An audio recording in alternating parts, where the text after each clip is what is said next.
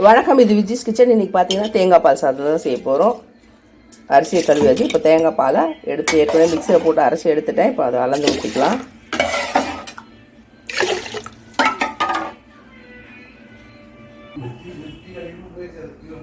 ஒரு சிட்டிக்கு மஞ்சள் போட்டுக்கலாம். தேவையான அளவு உப்பு சேர்த்துக்கலாம்.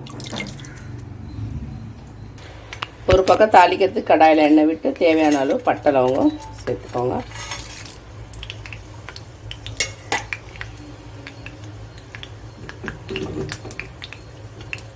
இந்த சாதம் குழந்தைங்களுக்கு கொடுக்கறதுக்கு நல்லாயிருக்கும். ரொம்ப சிம்பிளும் கூட. கொஞ்சமாக வேணும்னாலும் செஞ்சுக்கலாம்.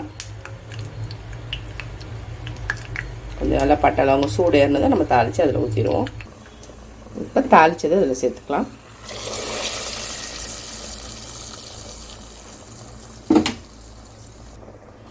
இது ஒரு கொதி வந்ததுக்கப்புறம் நம்ம மூடி போட்டு ஒரே ஒரு விசில் வச்சு எடுத்துடலாம். நல்லாயிருக்கும்.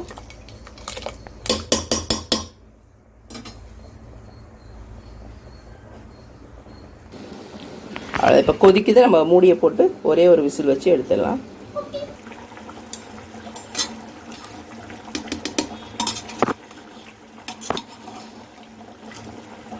எப்படி சூப்பராக வந்திருக்கு பாருங்கள் சாதம். நல்லாயிருக்கா? அவ்வளோதான். இது வெறுமனையே கூட குழந்தைங்களை கொட்டிக்கலாம். இதுக்கு பக்கத்தில் முட்டை குருமா ரெடி ஆகிட்டு. தேங்காய் சாதம், முட்டை குருமா. அவ்வளோதான். வீடியோ பிடிச்சிருந்தால் லைக் பண்ணி ஷேர் பண்ணி கமெண்ட் பண்ணுங்கள். மறக்காமல் எங்கள் சேனலை சப்ஸ்கிரைப் பண்ணுங்கள். வணக்கம்.